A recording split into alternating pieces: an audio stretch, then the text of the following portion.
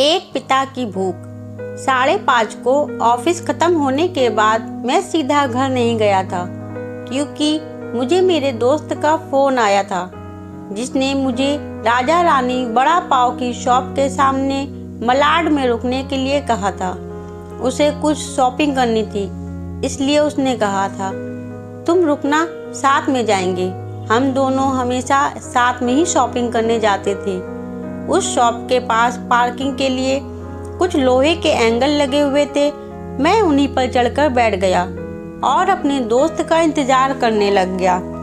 एक 70-72 साल का बुजुर्ग आदमी, आंखों पर मोटे कांच वाले चश्मे, मैले धोती और कुर्ता पहने मेरे पास आया, क्योंकि मैं लोहे के एंगल्स पर 3-4 फुट ऊंचाई पर बैठा था। उसने मेरे घुटनों को छुआ और बोला, बेटा, एक बड़ा पाव खरीद कर दे दोगे तो बहुत अच्छा होगा, बहुत ज़्यादा भूख लगी है। मैंने जब उस बूढ़े आदमी की तरफ देखा तो वह मुझे रोजाना दिख रहे भिखारियों में से नहीं लगे। उन्हें देखकर ऐसा भी नहीं लग रहा था कि वह हर दिन भीख मांगते होंगे। ऐसे अचानक किसी बुजुर्ग ने मेरे पैरों को हाथ लगाया तो मुझे बहुत अजीब महसूस हुआ। मैं तुरंत एंगल से कूदकर नीचे खड़ा हो गया। मैंने अपने जेब में हाथ डाला और 50 रुपए निकालकर उस बुजुर्ग को देते हुए कहा, अंकल, आपको भूख लगी है तो यह लीजिए 50 रुपए, कुछ खा लीजिए। बुजुर्ग ने कहा, नहीं बेटा, पैसे मत दो, बस एक बड़ा पाव लाकर दे दो, उतना बस है मेरे लिए। ठीक है, मैं लाकर देता हूँ, आप यही बैठिए, कहकर मैं राजा रानी बड़ा पाव की दुकान में गया। एक बड़ा पाव खरीद कर लाया और बुजुर्ग को खाने के लिए दिया। बुजुर्ग नीचे बैठकर बड़ा पाव खाने लगा। मेरी तरफ देखकर वह बोले, ऊपर मत बैठो, गिर जाओगे, यहाँ बैठो मेरे पास। कोई साथ बैठेगा तो मुझे भी 2 निवाले अच्छे से खा जाएंगे। मैं उनका कहना टाल नहीं पाया और उनके साथ ही बैठ गया। फिर मैंने ऐसे ही उनसे सवाल करना शुरू किया, कहाँ से आए हैं, कहाँ जाएंगे, किससे मिलने आए हैं, वगैरह वगैरह। मैं नागपुर से आया हूँ, एक छोटे से गांव में रहता हूँ। यहाँ मुंबई में मेरे तुम्हारी जितनी उम्र का एक बेटा है, एक बड़ी कंपनी में इंजीनियर है, उससे मिलने आया हूँ। 2 साल पहले उसकी शादी हुई, लव मैरिज। बहू पढ़ी लिखी है ना, नए विचारों वाली। उसे सास ससुर यानी कि हम पति पत्नी गंवार लगते हैं, इसलिए हमारे साथ रहना उसे अच्छा नहीं लगता। इसलिए बेटा अब अलग रहता है, यही मुंबई में 2 सालों से। परसों मेरे इस मोबाइल पर उसका फ़ोन आया था, कह रहा था अमेरिका में नौकरी मिली है उसे, बीवी को लेकर जा रहा है अमेरिका 10 साल के लिए। यहाँ मुंबई में था तो 6 महीने में एक बार आता था हम बूढ़े बुढ़ी को मिलने के लिए। अब इतनी दूर परदेश जा रहा है, एक बार मिलने के लिए आओ बोला तो अब समय नहीं बचा है, परसों फ्लाइट में बैठकर जाना है, कहता है।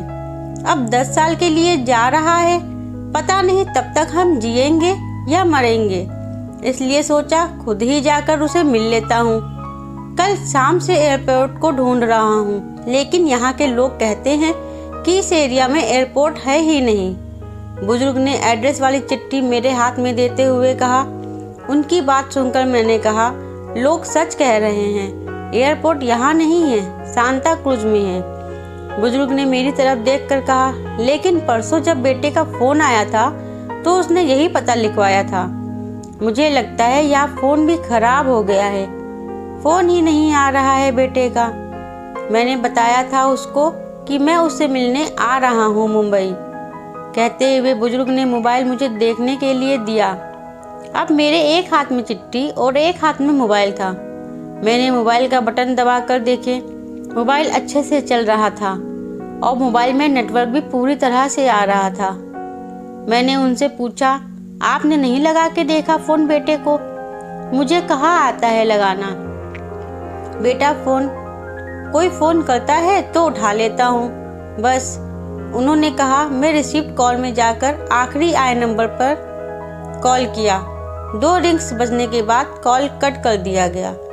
फिर मैंने एड्रेस की चिट्ठी खोलकर देखी, उसमें जहाँ हम बैठे हैं वही का एड्रेस था, यानी कि जानबूझकर गलत एड्रेस दिया गया था। मैं समझ चुका था कि गलत पता देकर लड़का अपने माँ बाप को टाल रहा था और अब वह उनका फ़ोन भी नहीं उठा रहा था। मुझे यह भी मालूम पड़ चुका था कि वह जिस प्लेन में सवार हो चुका था वह प्लेन कभी भी उसके माँ बाप की दिशा में उड़ने वाला नहीं था। तब तक मेरा दोस्त वहाँ आ गया और बोला, चलो शॉपिंग करने चलते हैं। मैंने उसे 2 मिनट रुकने के लिए कहा और मैं बुजुर्ग की तरफ देखकर सोच में पड़ गया। मैं समझ नहीं पा रहा था कि अपने बेटे की तरफ से होने वाली धोखेबाजी को यह बुजुर्ग समझ नहीं पा रहे थे या फिर खुद का बच्चा उनके साथ ऐसा व्यवहार कर सकता है यह वो स्वीकार नहीं कर पा रहे थे। मैं बुजुर्ग से बोला, अब तक तो आपका बेटा जिस प्लेन में बैठा है वह उड़ चुका होगा। मुझे नहीं लगता कि अब आप उससे मुलाकात हो पाएगी, इसलिए अच्छा यही होगा आप वापस अपने घर लौट जाएं और आंटी भी आपका इंतज़ार कर रही होंगी। मेरी बात सुनते ही अगले ही क्षण उनकी आंखें भर आईं। आंसू भरी आंखों से वह मेरी तरफ देखने लगे। घर जाने के लिए भाड़े के पैसे देते हुए मैंने उनके हाथों पर हाथ रखा और पूछा, अंकल मैं कब से आपके हाथों में यह डब्बा देख रहा हूँ, क्या है इस डब्बे में? मोतीचूर के लड्डू हैं मेरे बेटे के पसंद के, उसके माँ ने भेजे हैं खुद बनाकर।